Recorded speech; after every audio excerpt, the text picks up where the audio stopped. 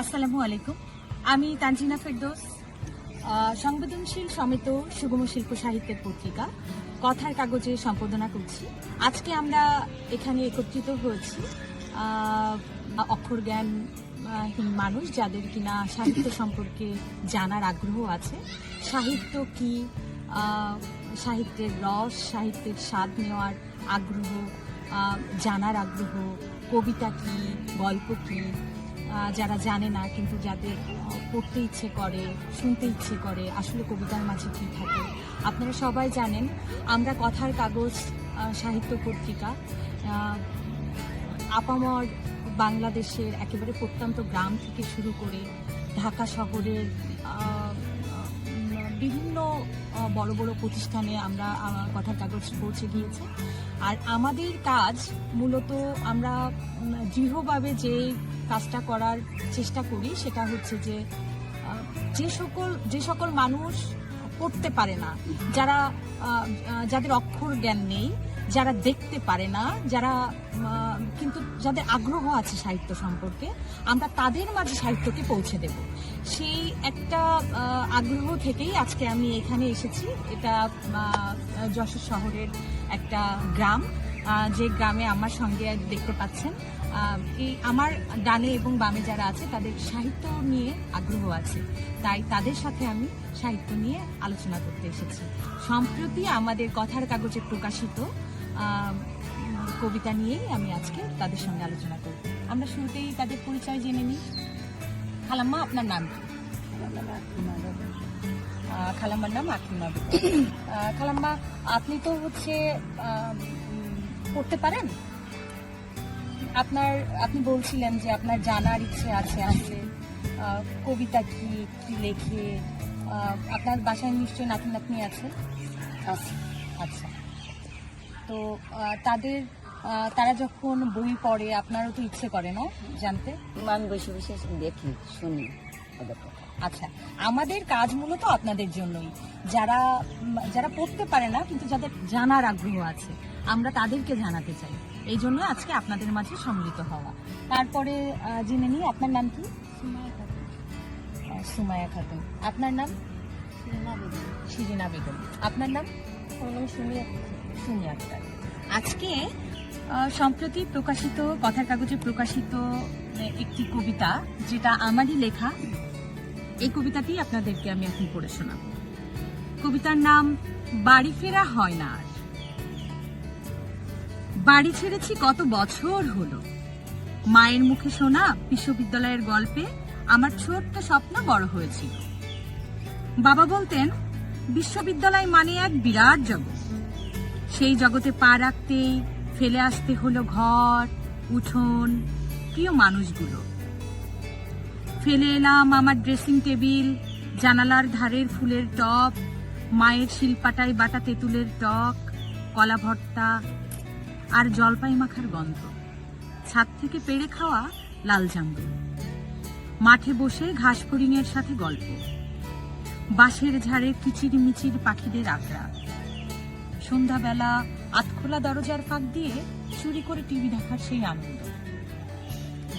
ফেলে এলাম পাড়ার বিয়েতে বউ সাজাতে যাওয়া, ঈদের আগের রাতে মেহেদির লম্বা লাইন, মাটির চুলার ধোঁয়ায় মিশে থাকা দুপুরের রান্না,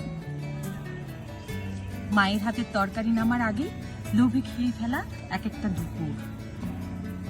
ফেলে এলাম আমার পিঠাপিঠি ভাই, ঝগড়া অভিমান শেষে বাবার আনা বাদাম ভাজা, পেঁয়াজু ভাগ করে খাওয়া সন্ধ্যাগুলো। আজ হঠাৎ করে সবকিছু কেমন অচেনা লাগে।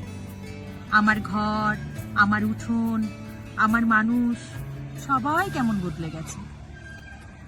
শুধু বদলায়নি আমার শৈশব, কৈশোর আর জীবন্ত সেই স্মৃতিগুলো। বুঝতে পারি একদিন মেয়েরা ঘর ছাড়ে, ফিরে আসে না আর আগের মতো। ফিরে এলেও থাকে শুধু দর্শক হয়ে, নিজের বাড়িতেই হয়ে যায় অতিথি। কেবল স্মৃতির ভেতরেই বেঁচে থাকে তার ছোট্ট বাড়ি। এটাই আমাদের এই কবিতাটা আমাদের সম্প্রতি কথার কাগজ একটা সাহিত্য পত্রিকা আমাদের নিজেদেরই, সেখানে প্রকাশিত হয়েছে। কবিতাটা কেমন লাগলো? খুব ভালো লাগে। আপনাদের কারো জীবনের সাথে মেলে? সব কথাই তো মেলে। আমরা এরকম ছোটবেলায় লোকের জানলার ঘোড়ায় যেরকম টিভি দেখে বেড়াতাম, কি একটা আনন্দ। সবার একটা টিভি ছিল, সবাই সবার বাড়িতে বসে বসে দেখতাম, কি আনন্দ হতো। আর এখন যার বাড়ি সেই আছে, কেউ কোনো আনন্দ নেই। বাস্তবের সাথে মিল আছে কবিতা। তাহলে হচ্ছে আমরা এটা বলতে পারি না যে সাহিত্য হচ্ছে মানুষের বাস্তবতা, মানুষের ফেলে আসা জীবনের কিছু আগে মিউজিয়াম নেষ্ট সবাই, যারা আত্মীয়রা সবাই দেখতাম, কি দেখা। হ্যাঁ, তাহলে সাহিত্য হচ্ছে এটাই যে যা আমাদের জীবনের সাথে ওতপ্রোতভাবে মিশে আছে, না? যা আমরা চিন্তা করি, যা আমরা প্রকাশ করতে পারি না, যা আমাদের স্মৃতিতে এসে নক করে, কড়া নাড়ে যে হ্যাঁ তোমার অতীত এমন ছিল। ঠিক আমিও চেষ্টা করেছি, আমি আমার কবিতায় আমার ছোটবেলার স্মৃতি, আমার সেই বাড়িতে থাকা আমার ছোট ভাইয়ের সাথে খুনসুটি, আমার বাবা মায়ের সাথে স্মৃতি, আমার যত্ন করে লাগানো ফুলের টব, ওই যে ছাদের উপরের লাল জামরুল পেড়ে খাওয়ার স্মৃতি, সেগুলো সাহিত্যের মাধ্যমে ফুটিয়ে তোলার জন্য। আমি ছোটবেলা একটা খয়েরি ফুল গাছ তাই লাগাইলাম। ছোট ছোট খয়েরি ফুল গাছ হতো না, হ্যাঁ, তাই একটা লাগাইছি, যত্ন করে লাগাই থইছি। সে মনে হচ্ছে এক কাটা জায়গা নিয়ে এসে, মানে কি অবস্থা। আমার স্বাস্থ্য ভাই মিটন ভাই যখন বিয়ে করিল না, এখন ওই ফুল গাছ ধীরে ধীরে সব বিয়ে করিল, ছবি তুলি যায়, বাহ। ফটো তোলা। তাহলে আমাদের সবার জীবনেই দেখুন এমন স্মৃতি আছে। হ্যাঁ। আর এই আমার মনে হয় যে আজকের কবিতাটা এখানে যখন আমি সকলের সঙ্গে উপস্থাপন করলাম, অবশ্যই সকলের ছোটবেলার স্মৃতি মনে পড়ে গিয়েছে। সব কথা মনে বেড়ে গেছে। সবাই দেখুন কিভাবে গল্প করে তাদের ছোটবেলার স্মৃতি উপস্থাপন করতে চাচ্ছে। এটাই আসলে আমাদের সার্থকতা। আমাদের সার্থকতা, আমাদের ইচ্ছা, আমাদের দৃঢ় চেতনা হচ্ছে কথার কাগজের মানুষের যাদের অক্ষর জ্ঞান নেই, যারা পড়তে পারে না, যারা দেখতে পারে না, তাদের সাহিত্য নিয়ে তাদের স্মৃতিতে গিয়ে নক করা, সেই সাহিত্যের রস তাদের কাছে পৌঁছে দেওয়া। অত চশমা ছাড়া পুরানো পড়তে পারছি না, চশমা না হয়। আচ্ছা, আমাদের একটা কাজ, মানে আমরা একটা কাজ নিয়ে আসছি, সেটা হচ্ছে খুব দ্রুতই এটা হবে। সেটা আমাদের সবার হাতে অনলাইন, মানে মোবাইল আছে না, আমাদের একটা ওয়েবসাইট আছে, ওখানে তো ওইখানে যারা মানে পড়তে পারে না কিন্তু যাদের হাতে ফোন আছে তারা শুনতে পারে, এই ব্যবস্থাও আমরা নিয়ে এসেছি। আজকের মতো কথার কাগজের সংবেদনশীল সমেত সুগম সাহিত্যের আয়োজন, আজকের আয়োজনে যারা ছিলেন আমাদের সঙ্গে তাদেরকে অসংখ্য ধন্যবাদ জানিয়ে, এবং যারা দেখছেন তাদেরকেও অসংখ্য ধন্যবাদ জানিয়ে আজকের মতো আমাদের এই আলোচনা বলেন, এই সাহিত্য আড্ডা বলেন শেষ করছি। আমরা আবারও হাজির হব সুবিধা বঞ্চিত অক্ষর জ্ঞানহীন মানুষদের মাঝে আমাদের সাহিত্যের রস পৌঁছে দেওয়ার জন্য, সাহিত্য নিয়ে তাদের স্মৃতিতে গিয়ে কড়া নাড়ার জন্য। কথার কাগজের সাথে থাকুন, সংবেদনশীল সমেত সুগম শিল্প সাহিত্যের পত্রিকার সাথে থাকুন। আপনাদের সকলকে আবারও ধন্যবাদ। আসসালামু আলাইকুম।